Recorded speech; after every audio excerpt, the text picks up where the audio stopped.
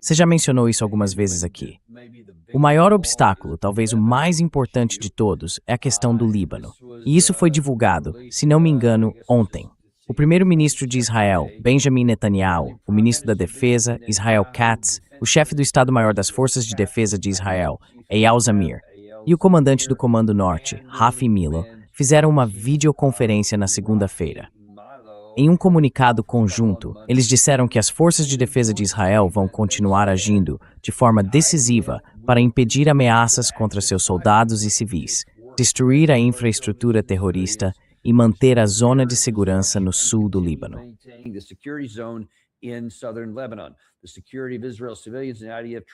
A segurança dos civis israelenses e das tropas das forças de defesa de Israel vai continuar sendo prioridade absoluta, sem concessões.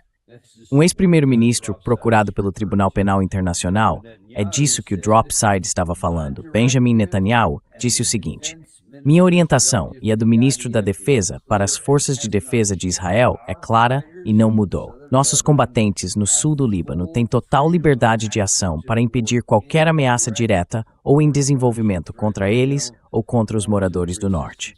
As forças de defesa de Israel não têm restrições nesse assunto. Alguns de vocês podem discordar, mas na minha opinião, isso não foi escrito para o povo de Israel, e sim para o Salão Oval e para o presidente Trump. Não há restrições. O que você acha disso?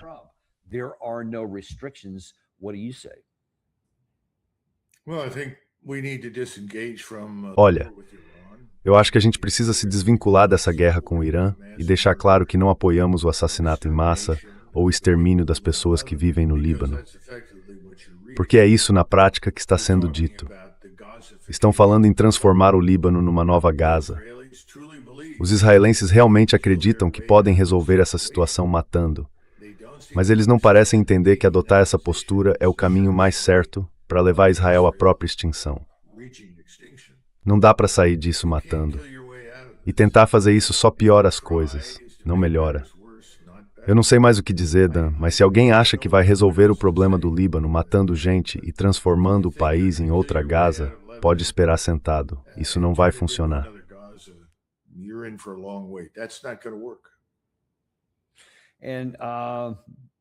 E olha, tem algumas questões maiores aí. Na verdade, é uma questão bem grande. O presidente Trump, na entrevista que deu para Axios há mais ou menos uma semana, foi perguntado de forma bem direta: o senhor pode dizer para Israel parar no Líbano? E eles vão ouvir? Vão concordar com o senhor?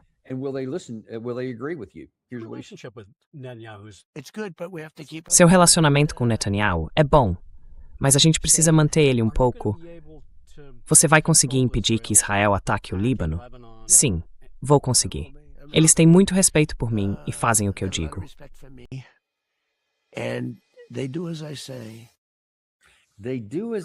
Eles fazem o que eu mando. Foi isso que ele disse ali. Agora, ao que parece, esse memorando e esse trecho de áudio não chegaram até Itamar Ben-Gvir, que falou o seguinte sobre esse assunto. אני חושב שעם כל הכבוד לטראמפ הוא לא הסיפור. הסיפור כאן זה בנימין נתניהו. ראש ממשלת ישראל הוא ראש ממשלה עצמאי. ישראל היא לא עוד כוכב בדגל האמריקאי, וראש ממשלה צריך לקבל את ההחלטות. E o primeiro-ministro é quem precisa tomar as decisões. E isso depende muito do Bibi. Ele precisa tomar as decisões que o Trump adora, mas que também funcionem para os nossos soldados, para os moradores de Metula, para os moradores de Kiryat Shmona. Não tem como a gente começar a agir seguindo as ordens de um amigo. E ele é de fato um grande amigo. A gente precisa dizer isso também.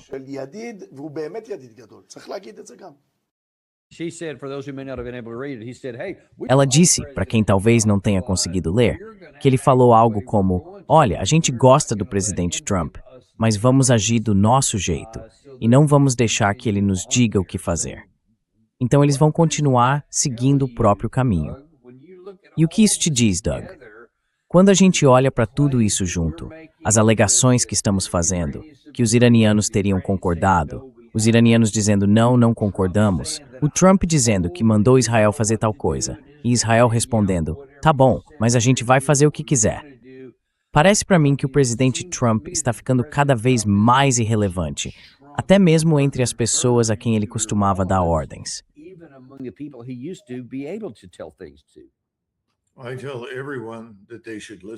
Eu digo para todo mundo que devia ouvir o Ben-Gvir. O que ele fala é exatamente o que o governo pensa.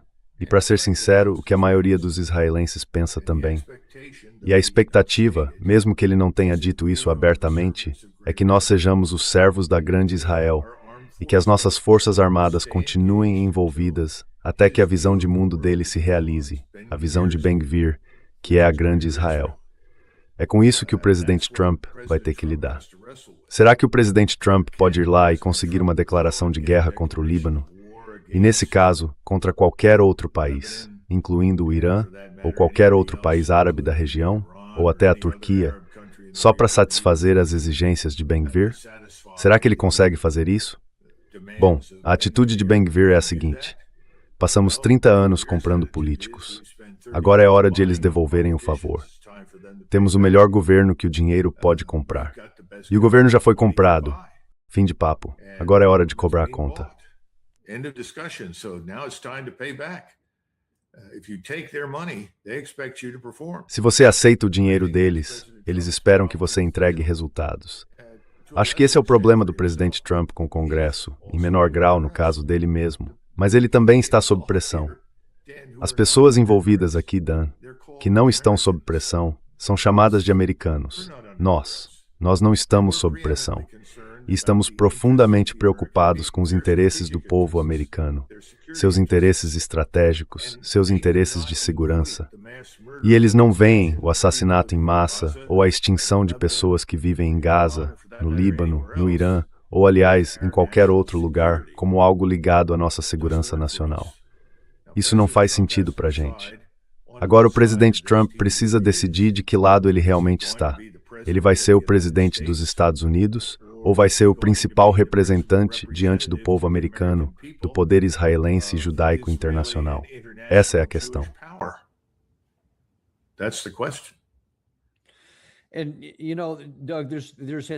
E sabe, Doug, já saíram algumas pesquisas públicas, mas eu também tenho uma boa fonte dizendo que a Casa Branca faz suas próprias pesquisas internas, que não são divulgadas. E essas pesquisas mostraram para eles, já faz algumas semanas, basicamente o que você acabou de dizer, que a população americana em geral, até mesmo gente do chamado MAGAverso, começou a dizer: olha, isso é um desastre.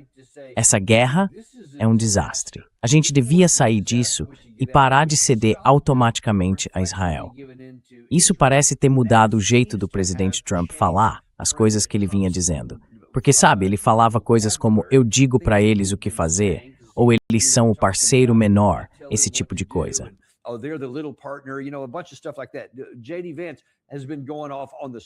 O J.D. Vance tem rodado por aí, participando de vários podcasts e entrevistas, repetindo basicamente as mesmas coisas. Tipo, eles são só um país comum, não tem nada de especial. Mas até agora, nada de ação concreta. Você acha que eles vão conseguir, percebendo essa mudança que você acabou de mencionar, que o governo, ou seja, o Trump, vai realmente agir para dar força a esse discurso? Ou acha que tudo vai continuar só na retórica e que os israelenses vão seguir fazendo o que quiserem com o nosso material?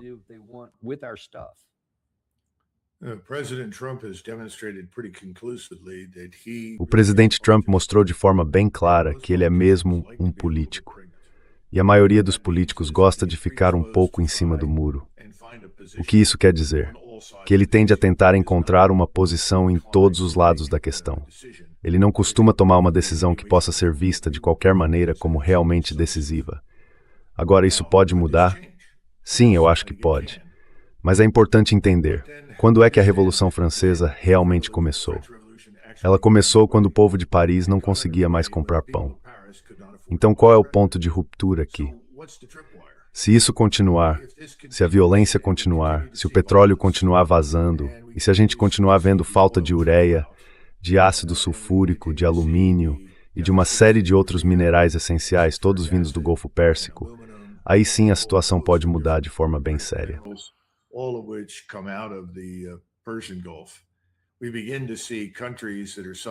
A gente começa a ver países sofrendo com a fome.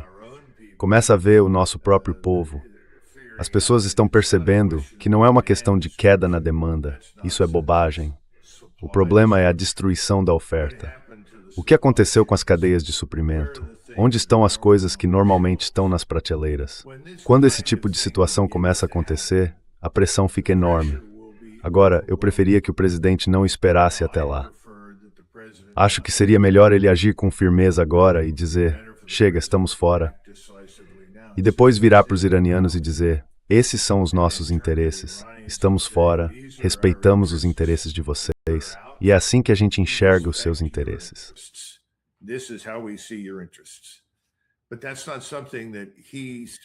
Mas isso não é algo que ele foi treinado ou educado para aceitar. Sabe, historicamente, como nação, a gente era muito popular no mundo, porque costumava respeitar os interesses dos outros povos. Quando a gente finalmente se envolveu no cenário mundial depois da Segunda Guerra, quando não voltamos para casa e ficamos espalhados pelo mundo, éramos populares, até o comunismo deixar de ser uma ameaça. Aí a gente não foi embora, e foi nesse momento que nossa popularidade começou a cair. E deveríamos ter saído, mas não saímos. Hoje existe uma situação parecida no Oriente Médio. A gente não tem como proteger esses países. As pessoas que vivem lá sabem disso. A gente precisa sair, e eles precisam aprender a se entender com os vizinhos.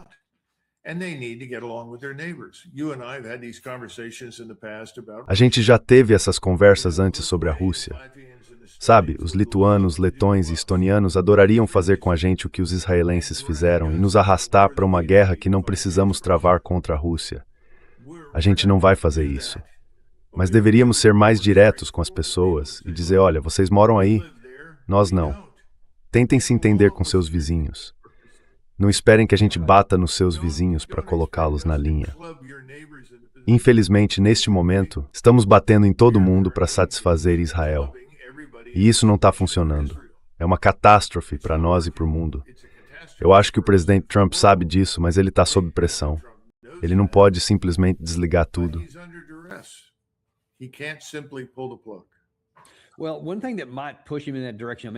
Bom, uma coisa que pode empurrar ele nessa direção. Quer dizer, o Gary mostrou há pouco aquela pesquisa que a Newsweek divulgou e a gente mencionou algumas outras também.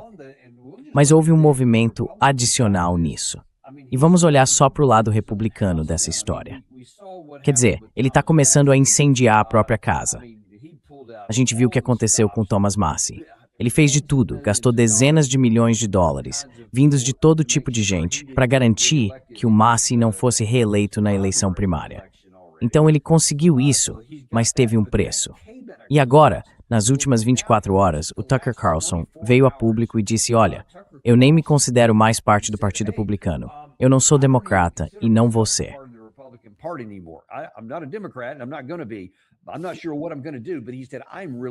Eu não tenho certeza do que vou fazer.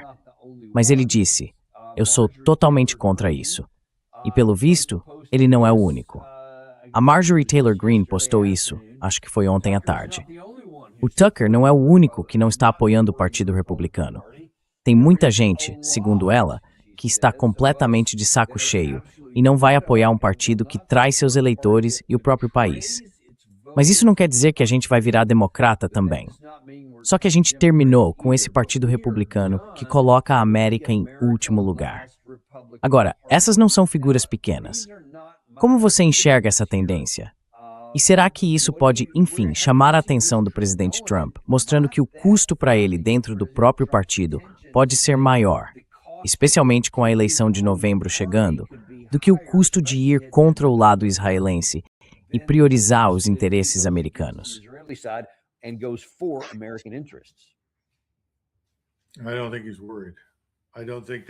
Eu não acho que ele esteja preocupado. Não acho que isso seja o que mais ocupa a cabeça dele. Acho que ele está preocupado com outras coisas. Ele está muito preocupado com as obrigações que tem com o lobby judaico e, por consequência, com o Estado de Israel, além das pessoas que o apoiaram na eleição, os bilionários. Então não acho que isso vá significar muita coisa para ele agora. Para nós, o resto, eu acho que não é só uma questão dos republicanos.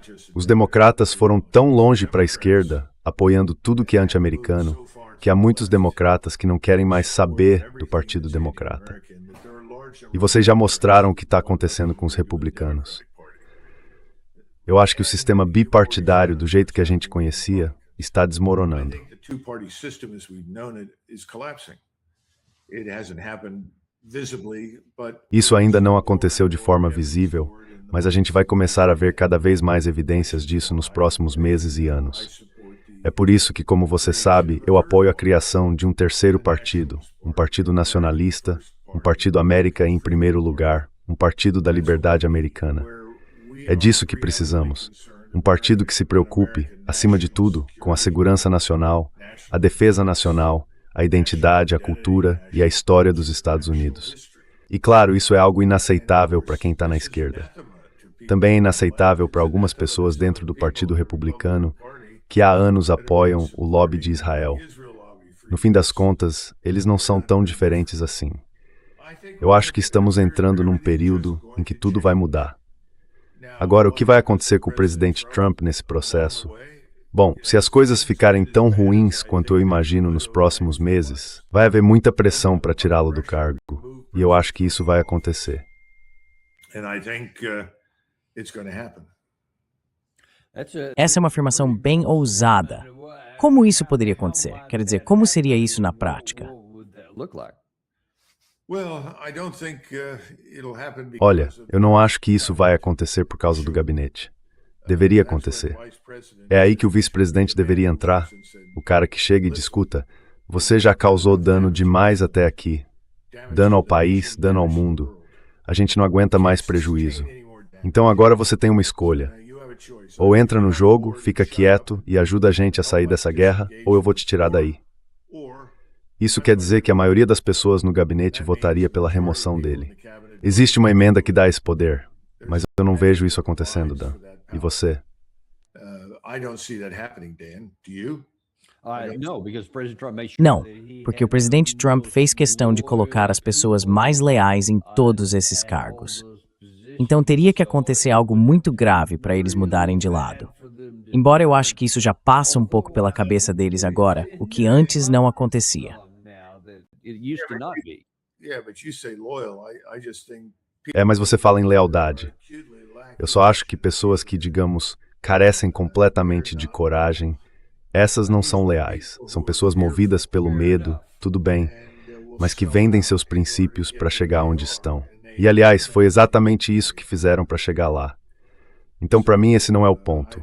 É mais provável que isso aconteça por causa de um processo de impeachment, e aí a coisa pode ficar bem feia. Mas pode acontecer antes do que a gente imagina. Ou pode se arrastar para o ano que vem, e aí aconteceria com o próximo Congresso. drag in the next year, in which case it happens with the next Congress. Eu concordo com você, Doug. Principalmente se a situação econômica começar a desabar e der para traçar uma linha direta até a guerra que a gente começou aqui.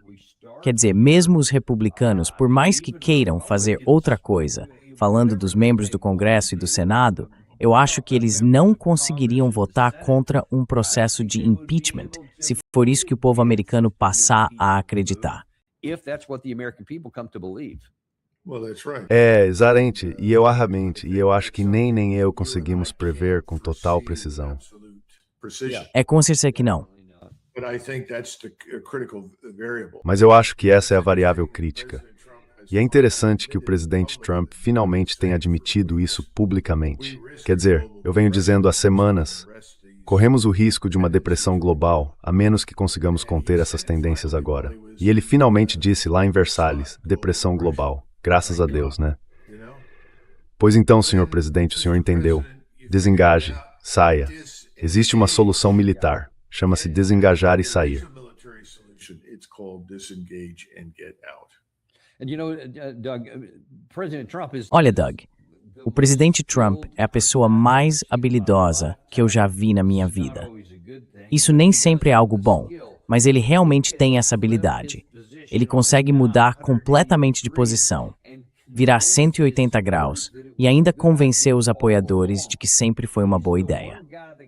É o único cara que pode dizer: sim, eu sei que a gente estava lutando essa guerra, eu disse tudo aquilo, mas agora é isso que precisamos fazer, e é o que eu vou fazer pelo bem do nosso país. E eu acho que ele conseguiria manter uma parte significativa desses apoiadores com ele, em vez de seguir por esse outro caminho, fingindo que essas pressões não existem, e acabar perdendo todos eles.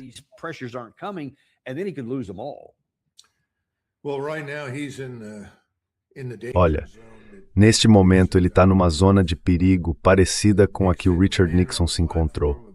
O Nixon fez campanha prometendo acabar com a Guerra do Vietnã. Quando ele se reuniu pela primeira vez com o Estado-Maior Conjunto, em 1969, todos disseram, vamos sair. Não tem vitória aqui, não há nada a ser ganho, tudo isso foi mal conduzido, o melhor que a gente pode fazer é ir embora. Mas depois o Henry Kissinger o convenceu em particular de que se fizessem isso, pareceriam fracos aos olhos dos soviéticos, e isso poderia ter consequências. E foi dessa interpretação errada que nasceu a tragédia chamada Intervenção no Camboja.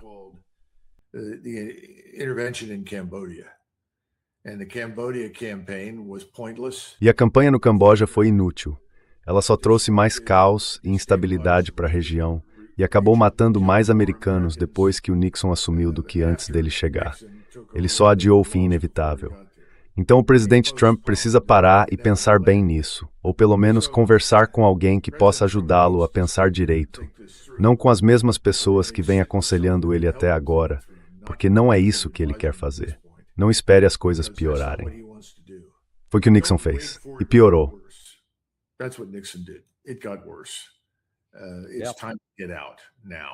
Chegou a hora de sair agora.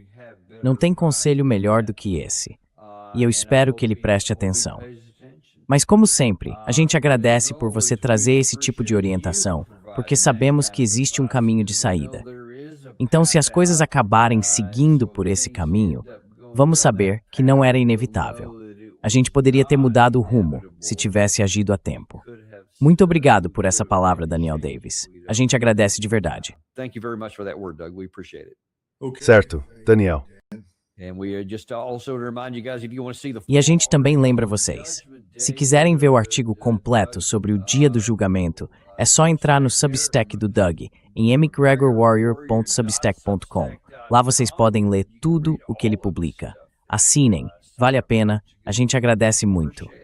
Olha, eu não fico tentando convencer ninguém a comprar ouro, nem dizendo como cuidar da carteira de ações, mas tem um jeito de vocês ajudarem a gente. Se inscrevam, deixem o like e compartilhem isso com alguém que vocês gostam.